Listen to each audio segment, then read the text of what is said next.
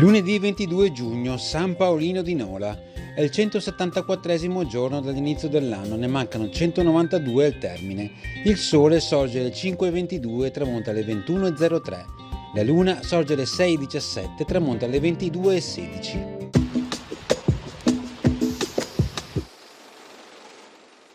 Jacopo Tintoretto offre alla Scuola Grande di San Rocco un suo quadro raffigurante il santo titolare in gloria. La donazione gli procura l'incarico di fornire un grandioso ciclo di dipinti per decorare pareti e soffitti dell'intero edificio.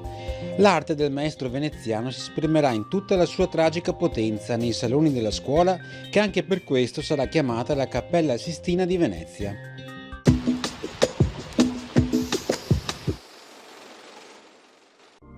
Le previsioni per domani.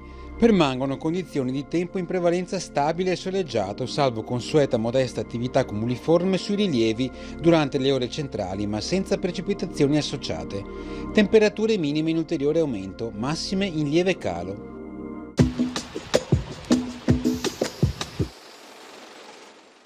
Crespano del Grappa, località celebre per il suo Sacromonte, ha vissuto il suo periodo d'oro nel Settecento. E principale monumento di questo secolo di splendore è il Duomo, ovvero la chiesa arcipretale di San Marco. Il Duomo di Crespano del Grappa è il capolavoro di Giorgio Massari, famoso architetto veneziano, creatore anche di Palazzo Grassi a Venezia e di Villa Cordellina di Montecchio Maggiore. La facciata del Duomo, con le due straordinarie statue novecentesche inserite nelle nicchie, sono dedicate a San Marco e a San Pancrazio, opere di Stefano Serafin, uno dei grandi restauratori della Gipsoteca di Possagno. Una volta entrati all'interno della chiesa, si è subito catturati e commossi dalla deposizione della croce, una copia di quel drammatico gesso che Canova non poté realizzare in marmo e che si trova oggi nella Gipsoteca di Possagno.